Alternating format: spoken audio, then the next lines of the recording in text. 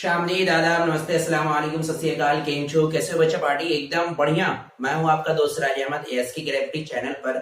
आज हम Gauss theorem की एक कंडीशन यहाँ पे जानेंगे कि गॉस थ्योरम में फ्लक्स जो टॉपिक है फ्लक्स वो कब मिनिमम होता है और कब मैक्सिमम होता है या कब हमारा निगेटिव होता है। तीन कंडीशन आती है आपके बोर्ड्स के एग्जाम में। अगर एमसीक्यू क्वेश्चन में कभी कभी एक पार्ट एक छोटा सा पूछ लिया जाता है कि आप ये बताइए कि फ्लक्स फ्लक्स इलेक्ट्रिक फ्लक्स की वैल्यू मिनिमम कब होगी। एक कंडीशन ये पूछ लिया जाता है कि आप बताइए मिनिमम कब होगी।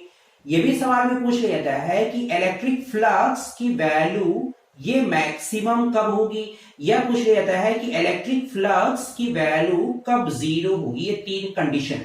तो इसके पहले के लेक्चर में फ्लक्स के बारे में एक कंप्लीट डिस्क्रिप्शन बताया हुआ है कि नीड्स ऑफ गॉस थ्योरम में क्या होती है, फ्लक्स क्या होता है। तो flux basically volume flow rate called as flux, volume flow rate. अब यहाँ पे फ्लक्स का मतलब सिर्फ है फ्लो होना, सिर्फ फ्लो होना। Either it may be liquid हो सकता है बेटा, वो गैस भी हो सकता है, इलेक्ट्रिक लाइन भी हो सकती है, मैग्नेटिक लाइन भी हो सकती है, या ऐसे कोई भी आपका सब्सटेंस जिसमें फ्लूइडिटी है, तो फ्लूइडिटी है किसी पर्टिकुलर एरिया से पास कर रहा है तो आपका वो फ्लक्स कहलाएगा। ठीक है, इसकी कंप्लीट डिस्क्रिप्शन है, मैंने वीडियो इसका कंप्लीट लेक्चर मैंने डिस्क्रिप्शन में दिया हुआ, आप वहां पे जाके आराम से देख सकते हैं। बट आज यहाँ पे पहले समझेंगे कि हम लोग की फ्लक्स की मैक्सिमम कंडीशन या मिनिमम कंडीशन कब होती है। तो फॉर एग्जांपल मैं यहाँ पे एक मैग्नेट से बार बार समझाते हैं, क्योंकि मैग्नेट को इमेजिनेशन कर पाना काफी ज्यादा आसान होता है। अब मैं कह दिया जाऊं अगर यहाँ पे एक चार्ज पार्टिकल रखा हुआ है, वहां से मैं इलेक्ट्रिक लाइन ऑफ फील्ड निकलती है, तो इमेजिनेशन में थोड़ा सा एक प्रॉब्लम होती है। इस वजह से टॉपिक को एक्सप्लेन करने के लिए एज अ मैग्नेट लेते हैं, क्योंकि मैग्नेट की वजह से भी मैग्नेटिक लाइन ऑफ फील्ड यानी मैग्नेटिक फ्लक्स होता है, और चार्जेस की वजह से हमारा इलेक्ट्रिक फ्लक्स होता है। तो हमने एक एग्जांपल ले लिया यहाँ पे कि सपोज करिए हमारा एक मैग्नेट है, एक मैग्नेट हमने मान ली, ठीक है ना, स्फीयर शेप में एक मैग्नेट है। अगर मैग्नेट है ये, तो इस मैग्नेट से लाइन ऑफ फील्ड निकल के बेटा आपकी जा रही होंगी अपवर्ड डायरेक्शन में भी, फ्रंट में भी, लेफ्ट राइट की तरफ भी, लेफ्ट की तरफ भी, और डाउनवर्ड डायरेक्शन में इंक्लाइन, हर तरफ बेटा आपका मैग्नेटिक लाइन ऑफ फील्ड जाएंगे। इसी लाइन की वजह से जब हम लोग किसी मैग्नेटिक मटेरियल को लेके आते हैं तो वो उसकी तरफ अपनी तरफ खींचता है बेटा आपसे। ये मैग्नेटिक लाइन ऑफ फील्ड ही होती है जो उस मैग्नेटिक मटेरियल को खींचती है अपनी तरफ। ठीक है, ये बात समझ में आई ना, ये याद रखना इतना। अब हमने क्या किया, अगर इन्हीं मैग्नेटिक लाइन ऑफ फील्ड को, इन्हीं मैग्नेटिक लाइन ऑफ फील्ड को किसी पर्टिकुलर एरिया से पास कराएं तो कहलाता है हमारा मैग्नेटिक फ्लक्स। बस में क्या करें, मैंने क्या कहा कि अगर हमने कोई भी मैग्नेट रखा हुआ है तो इस मैग्नेट के सराउंडिंग में हर तरफ मैग्नेटिक लाइन ऑफ फील्ड हमारी पास करती है, हर एक तरफ मैग्नेटिक लाइन ऑफ फील्ड हमारी पास करेगी। अगर उन लाइनों को किसी पर्टिकुलर एरिया से पास कराएं तो हमारा कहलाता है मैग्नेटिक फ्लक्स। अब क्या कह रहे हैं समझना, ठीक है। हमने मान लिया एक और यहाँ पे शीट पेपर ले लिया, एक शीट पेपर हमने ले लिया, ये मैग्नेट है, तो मैग्नेट की वजह से उसके सराउंडिंग में मैग्नेटिक लाइन ऑफ फील्ड जाएंगी। अब हमने मान दिया कि ये मैग्नेट और प्लेन पेपर को हमने ऐसे रखा, ये मैग्नेट है, ये आपका पेपर है, तो कुछ लाइन ऑफ फील्ड जो इस एरिया से गुजर रही होंगे बेटा, किसी पर्टिकुलर एरिया से गुजर रही होंगी, ठीक है ना, वो हमारा कहलाएगी मैग्नेटिक फ्लक्स। पहले क्या था, magnetic line of field, flow of magnetic line of field या volume flow rate of magnetic line of field called as flux. लेकिन अगर यही लाइनें किसी पर्टिकुलर एरिया से पास करें, किसी पर्टिकुलर एरिया से, इतने एरिया से पास करें, तो अब वो कहलाएगा मैग्नेटिक फ्लक्स। मैंने यहां पे रखा, इस तरफ रख दिया तो वर्टिकल की लाइन ऑफ फील्ड हमारी पास करेंगे, हमने हॉरिजॉन्टल में रख दिया है यहां पे इस तरफ से, ऑब्लिक किसी भी तरह से रखा हुआ है, लाइन ऑफ फील्ड पास करेंगी हमारी। ठीक है, तो सपोज करिए मैग्नेट है हमारा और ये हमारा प्लेन शीट पेपर है। अगर हमने इसके पैरेलल आके इस तरह से रखा हुआ है तो मैग्नेटिक लाइन ऑफ फील्ड सिर्फ इतने एरिया से पास कर रही होगी, इनको कहा जाएगा magnetic flux. The magnetic line of field which are passing from any particular area called as magnetic flux। हमने फ्रंट में रख दिया, अब जो लाइन है इसके हॉरिजॉन्टल से पास करेंगे कहलाएगी हमारी मैग्नेटिक फ्लक्स। अब कंडीशन क्या होती है यहाँ पे इमेजिन करना कि क्या कंडीशन कब मैक्सिमम। हमें ये दिख रहा होगा कि प्लेन ऑफ पेपर को हम अगर ऐसा रख रहे हैं इस तरह से, तो देखो इसका ये हॉरिजॉन्टल डायरेक्शन है और ये इसका वर्टिकल डायरेक्शन हो गया। तो अब समझ में आ रहा होगा कि दोनों प्लेन और मैग्नेट बोथ आर परपेंडिकुलर। बात में क्या है कि प्लेन और मैग्नेट दोनों ही परपेंडिकुलर है, तो यानी theta is equal to 90 degree. अब थीटा अगर 90 डिग्री है, इसका मतलब cos 90 की वैल्यू जीरो हो जाएगी, तो फ्लक्स तो हमारा जीरो आएगा। बट ऐसा नहीं होता। अब यहाँ पे जो पॉइंट बताना है वो याद रखना, ये मैग्नेट हमने नीचे रखा हुआ है, ये हमारा प्लेन ऑफ पेपर है। एक तीसरा टर्म आता है इसको एक्सप्लेन करने के लिए, area vector. Area vector define करता है कि मैग्नेटिक लाइन ऑफ फ्लक्स कितनी मैक्सिमम जा रही है और कितनी मिनिमम जा रही है। Always remember area vector define करता है। और एरिया वेक्टर कैसे होता है, अब इमेजिन कर रहा हूं बॉल को रख दे रहा हूं यहाँ पे, मैग्नेट को मैंने रखा हुआ था, नीचे मैग्नेट है। अब यहां पे समझना कि एरिया वेक्टर किसे कहते हैं, a vector which are perpendicular और नॉर्मल टू द प्लेन। अब यहां पे समझना बेटा, नीचे मैग्नेट रखा हुआ था, हमने नीचे मैग्नेट रखा है, ठीक है, नीचे मैग्नेट है बेटा आपका, और ये एरिया वेक्टर, ये एरिया वेक्टर, एरिया वेक्टर जो किसी प्लेन के परपेंडिकुलर है, इस प्लेन, तो यानी अगर प्लेन के वो परपेंडिकुलर है और नीचे हमने मैग्नेट रखा हुआ है, मैग्नेट से लाइन ऑफ फील्ड जा रही है बेटा आपकी वर्टिकल की तरफ, ऊपर की तरफ जा रही है, और एरिया वेक्टर भी उसी डायरेक्शन में है, तो अब दोनों के बीच का एंगल कितना हो जाएगा, 0 डिग्री। दोनों ही एक दूसरे के बेटा आपके पैरेलल होंगे, तो दोनों के बीच का एंगल कितना हो जाएगा, 0 डिग्री। तो ऑलवेज याद रखना कि फ्लक्स की मिनिमम और मैक्सिमम कंडीशन बताने के लिए, मिनिमम और मैक्सिमम या जीरो कंडीशन बताने के लिए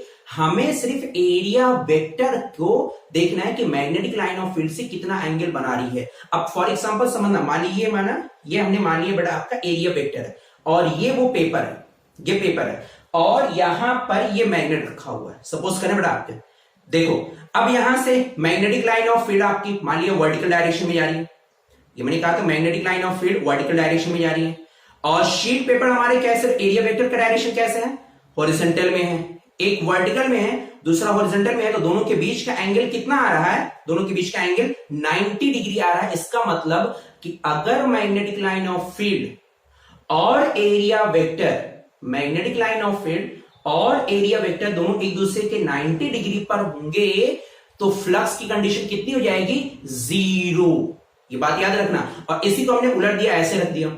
अब देखो समझना, पहली कंडीशन क्या थी कि when magnetic line of field and area vector are parallel, that is angle between them is 0 degree, angle between them is 0 degree, then magnetic line of field passing from any surface area should be maximum, सबसे ज्यादा हो गया।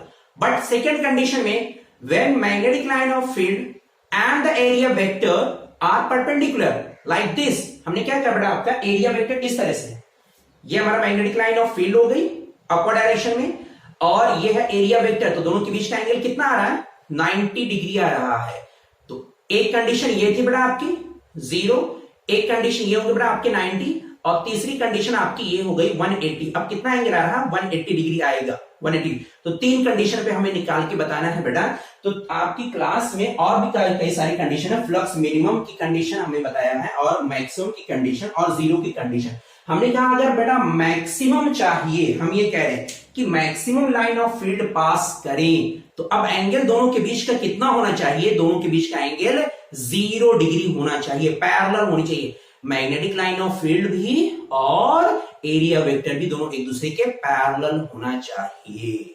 बात समझ में आई कि नहीं? Parallel का मतलब एंगल शुड बी 0 डिग्री, यानी अगर हम कह रहे हैं मैक्सिमम फ्लक्स पास कर रहा है, then theta is equal to 0, और थीटा यहां पे क्या होता है, थीटा एंगल होता है बेटा आपका, कहां का, एंगल बिटवीन, अब यहां पे हम इलेक्ट्रिक फील्ड की बात कर रहे हैं बेटा, electric field and area vector, area vector that is S, ठीक है। तो आपका फ्लक्स की कंडीशन हमने बताई थी कल, लिंक को डिस्क्रिप्शन में दिया हुआ है। Electric flux is equal to B A cos theta, यहां पे ये थीटा की वैल्यू को ही हम वेरी करा रहे हैं, इसी को बेटा हम लोग वेरी करा रहे हैं। जैसे जैसे ये चीज वेरी करेगी बेटा हमारा फ्लक्स, हमारा मिनिमम और मैक्सिमम यहां पे होता जाएगा, ठीक है। हमने थीटा की वैल्यू हमने कह दिया 0, तो अगर यहां पे लाके रखेंगे तो B A cos 0, and cos 0 की वैल्यू होती है 1, तो ये वैल्यूज हमारी कितनी निकल के आएगी बेटा आपका, बी ए सिर्फ निकल आएगा, cos 0 की वैल्यू हो जाती है बेटा आपकी 1, तो फ्लक्स हमारी इस कंडीशन में निकल जाएगी मैक्सिमम प्लस फ्लक्स बी ए। अब यह कहने 0 डिग्री, 0 कब होगा भाई, 0 का मतलब ये पूरा टर्म हमारा 0 होना चाहिए। अब यहां पे मैग्नेटिक लाइन ऑफ फ्लक्स, यहां पे मैग्नेटिक की बात कर रहा हूं, sorry, electric line of flux की हम अगर बात करें तो इलेक्ट्रिक लगा देंगे, इलेक्ट्रिक वेक्टर हमारा रहेगा। ठीक है, अगर हम कह रहे हैं ये पूरा टर्म अगर जीरो हो रहा है, ये कंप्लीट टर्म अगर जीरो हो रहा है, तो इसका मतलब बेटा ये या तो जीरो होना चाहिए, या तो ये, या तो बेटा आपका ये वैल्यू जीरो होनी चाहिए। तो इलेक्ट्रिक लाइन ऑफ फील्ड तो जीरो हो नहीं सकती बेटा, आपका एरिया हमारा जीरो नहीं होगा।